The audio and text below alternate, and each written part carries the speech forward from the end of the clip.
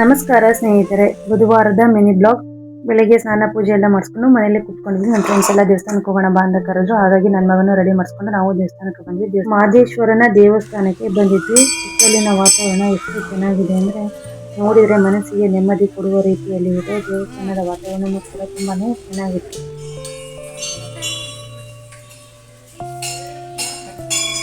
ನಾವು ಬಂದಿದ್ದು ಅಮಾವಾಸ್ಯೆ ದಿನ ಆಗಿರೋದ್ರಿಂದ ಜನ ಸ್ವಲ್ಪ ತುಂಬಾನೇ ರಶ್ ಇತ್ತು. ಆದರೂ ಕೂಡ ದೇವರ ದರ್ಶನ ಎಲ್ಲ ಚೆನ್ನಾಗಾಯ್ತು. ಮಂಗಳಾರತಿ ಎಲ್ಲ ತಗೊಂಡು ನಾವು ನಮ್ಮ ಸ್ನೇಹಿತರು ಸ್ವಲ್ಪ ಹೊತ್ತು ದೇವಸ್ಥಾನದಲ್ಲಿ ಕೂತ್ಕೊಂಡ್ವಿ.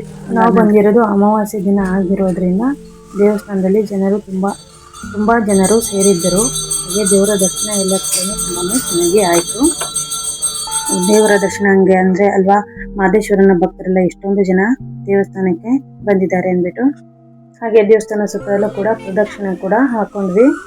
ಪ್ರದಕ್ಷಿಣೆ ಎಲ್ಲ ಹಾಕೊಂಡು ಹೊರಗೆ ಬಂದ್ಮೇಲೆ ಪ್ರಸಾದ ಕೊಡ್ತಾ ಇದ್ರು. ಪ್ರಸಾದನೂ ಕೂಡ ಇಸ್ಕೊಂಡ್ವಿ. ಪ್ರಸಾದ ಇಸ್ಕೊಂಡು ದೇವಸ್ಥಾನದಿಂದ ಹೊರಟು ಅಲ್ಲಿಂದ ನಾವು ಸ್ವಲ್ಪ ದೂರದಲ್ಲೇ ನೂರೊಂದು ಗಣಪತಿ ದೇವಸ್ಥಾನ ಕೂಡ ಇದೆ. ನೂರೊಂದು ಗಣಪತಿ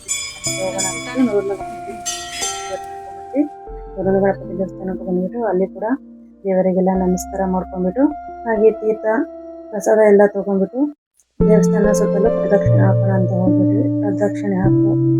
ಪ್ರದಕ್ಷಿಣೆ ಹಾಕುವಾಗ ಹಾಗೆ ಗಣೇಶನ ಸುತ್ತಲೂ ಇರುವ ದೇವಸ್ಥಾನಗಳು ಎಲ್ಲವೂ ಕೂಡ ನಾವು ನೋಡಿದ್ವಿ. ನಾನು ಫಸ್ಟ್ ಟೈಮ್ ಇಲ್ಲಿ ದೇವಸ್ಥಾನಕ್ಕೆ ಬಂದಿರೋದು.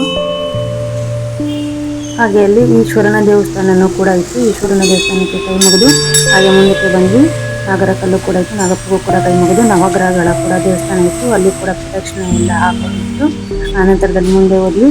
ಷಣ್ಮುಖ ಸ್ವಾಮಿಯ ದೇವಸ್ಥಾನ ಕೂಡ ಇತ್ತು. ಅಲ್ಲಿಗೂ ಕೂಡ ನಾವು ಕೈಯನ್ನು ಮುಗಿದು ಪ್ರದಕ್ಷಿಣೆ ಹಾಕೊಂಡು ಹಾಗೆ ಅಮ್ಮನ ದೇವಸ್ಥಾನಕ್ಕೂ ಕೂಡ ಕೈ ಮುಗಿದು ಪ್ರದಕ್ಷಿಣೆ ಕೂಡ ಹಾಕೊಂಡು ಆನಂತರದಲ್ಲಿ ಇಲ್ಲಿ ವೀರಭದ್ರೇಶ್ವರ ಸ್ವಾಮಿ ದೇವಸ್ಥಾನನೂ ಕೂಡ ಇತ್ತು. ಅಲ್ಲಿಗೂ ಕೂಡ ನಾವೆಲ್ಲ ಕೈ ಮುಗಿದು ಅಲ್ಲಿಂದ ಹೊರಬಂದು ಇವತ್ತಿನ ಬ್ಲಾಗ್ ಇಷ್ಟ ಆಗಿತ್ತು. ವಿಡಿಯೋ ಇಷ್ಟ ಆದರೆ ವಿಡಿಯೋಕ್ಕೊಂದು ಲೈಕ್ ಮಾಡಿ, ಶೇರ್ ಮಾಡಿ. ಹಾಗೆ ಯಾರೆಲ್ಲ ನನ್ನ ಚಾನಲ್ ಅನ್ನು ಸಬ್ಸ್ಕ್ರೈಬ್ ಮಾಡದೆ ನೋಡ್ತಾ ಇದ್ರೆ ದಯವಿಟ್ಟು ಸಬ್ಸ್ಕ್ರೈಬ್ ಮಾಡಿ. ಹೇಗಿತ್ತು ವಿಡಿಯೋ ಅಂತ ನನಗೆ ಕಮೆಂಟ್ ಅಲ್ಲಿ ತಿಳಿಸಿ. Thanks for watching.